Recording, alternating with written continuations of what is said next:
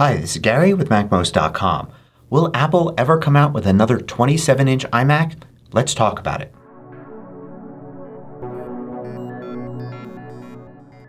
MACMOST is brought to you thanks to a great group of more than 1,000 supporters. Go to MACMOST.com/Patreon. There you could read more about the Patreon campaign, join us, and get exclusive content and course discounts. So usually my videos are all about how to do something on your Mac, but I get asked so often about a 27-inch iMac that I figure it would be a good idea to talk about it in a video. So what we had previously were two iMac models, a 21.5-inch screen model and a 27-inch screen model. The 27-inch screen model was a really good screen. It was a 5K screen. Even today there are only really two 5K screens that you can get, which we'll talk about in a minute. But when Apple switched over to using their own processors, they left the iMac models behind and came out with a completely new one, a 24-inch screen. So this is kind of in the middle of those two other screen sizes, and in fact is a 4.5K display. So not quite as good as a 5K, and obviously just a little bit smaller. Now anyone that was using a 21.5-inch iMac saw the new 24-inch iMac as a great upgrade. It was basically the same price and a much nicer display, a much faster machine. But if you had a 27-inch iMac, this would have been a step down in screen size. Not by much, but you typically don't want to go backwards. So those users today really want Apple to come out with a 27-inch iMac, and so far Apple hasn't showed any hint that it's going to do this. Now let's first look at what you can get today. You can, instead of a 27-inch iMac, get a Mac Mini and one of Apple's Mac Studio displays.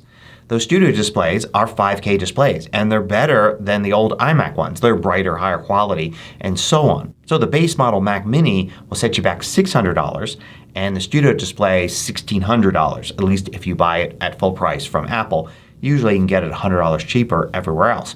So you're looking at between $300 and $400 more than the old 27-inch iMac. Now that's just the base model. Chances are you're going to want something better, and of course with the old iMac as well you would have wanted something better than that base $1,800 model. And another thing to consider is of course what you get today in a Mac Mini Plus display would be a lot more powerful than what you got in 2019 or 2020 when the iMac still used the old Intel chips.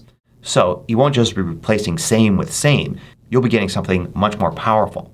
Now there is a little detail of the fact that an older iMac would have come with a keyboard and trackpad or mouse, and getting a Mac Mini with a screen you won't have that. But you probably have your old trackpad and keyboard, so you can just keep using those. And also the Studio display isn't your only option. There is an LG screen that's also 5K. It's got a camera and speakers in it, and it's usually priced at around $1,150. So you can actually get that and a Mac Mini for $50 less than what you could have bought a 27-inch iMac a few years ago. Now a lot of people are going to reject this option because they really like the form factor of having it all-in-one. They don't want that extra box that's a Mac Mini sitting on their desk.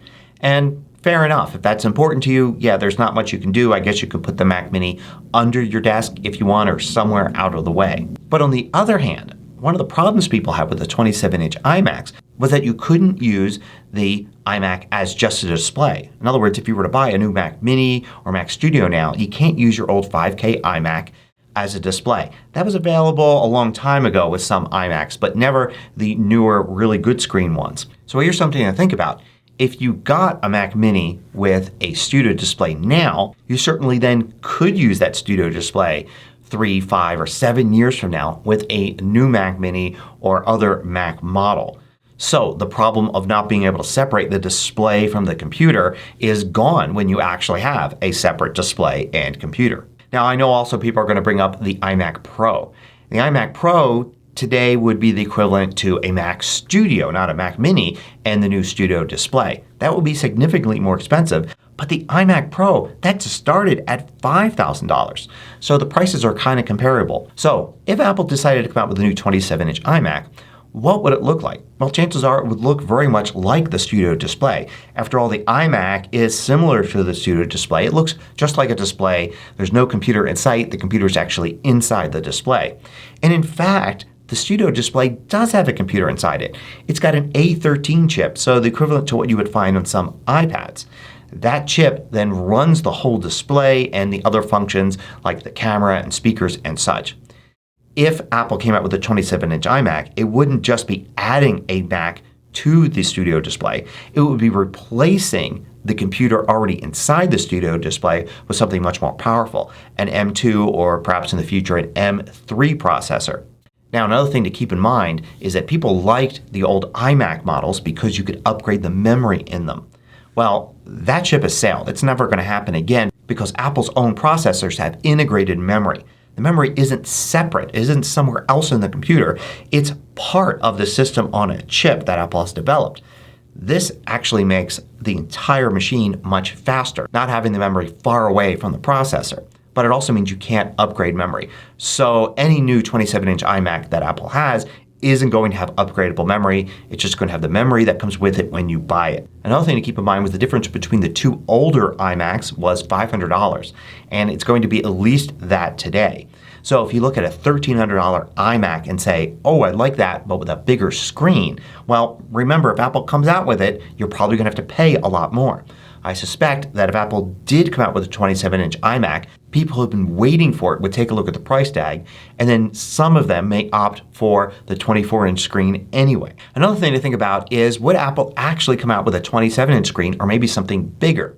After all, having two models, a 21.5-inch and a 27-inch, there was a big difference between the screens. But if Apple had a 24-inch and a 27-inch, there's not that big of a difference. So one option is Apple just replaces the 24-inch with a 27-inch. This would be a nice upgrade and there still would just be one model. Another option is Apple would come out with a much bigger display than 27, maybe a 29 or 30-inch screen. So there'd be more of a difference. Now when trying to figure out if Apple will actually do this, come out with a larger screen iMac, we have to guess at what the demand is. Now it looks like there's a lot of demand. Anytime an article is posted that has anything to do with the iMac, even if it has nothing to do with new models or screen size or anything, there are always people that ask, when's Apple going to come out with a 27-inch iMac again? But it's really hard to gauge demand based on complaints and requests like that. Is that significant enough to actually translate into sales? I suspect that Apple's marketing department knows way more about that than I do or you do. So I hesitate to second guess them if they decide not to come out with a 27-inch iMac. On the other hand, Apple frequently does listen to user requests and complaints. People complained when there wasn't a new Mac Mini for a while and Apple came out with a new one. People complained when they didn't like the format of the 2013 Mac Pro and they wanted it back in a tower and Apple then put it back in a tower. So sometimes Apple does actually look at these requests and decide that they should come out with a model like that or change things. And I think that might be the main factor here that could bring a 27-inch iMac back. So what would I put the chances at? Well, when Apple first came out with a 24-inch iMac, I would have said 50-50. I thought maybe the 24-inch iMac was just the first model and that some months or a year later Apple would come out with the second part of that pair and have a larger screen version. But when they didn't do that, I dropped my estimate down to maybe 10%.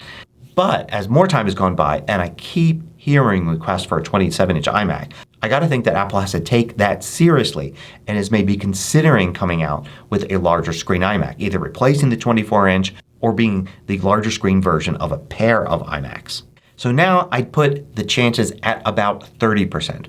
So still unlikely. But if Apple decided to do it, I wouldn't expect anything until later this year. That would be very unlikely. Perhaps next year, Apple might come out with an M3 iMac at 24 inches and then maybe an M3 or M3 Pro iMac at 27 or 29 or 30 inches. I still lean towards Apple not actually doing this and pushing people towards a Mac Mini with a Studio Display. I think that is the more likely future. But I wouldn't be completely shocked if Apple changed course at some point and came out with a 27-inch iMac. I'd love to hear from you about this. Leave a comment and let me know, number one, do you want a 27-inch iMac? And number two, how likely you think it is that Apple will actually come out with one in the future. Thanks for watching.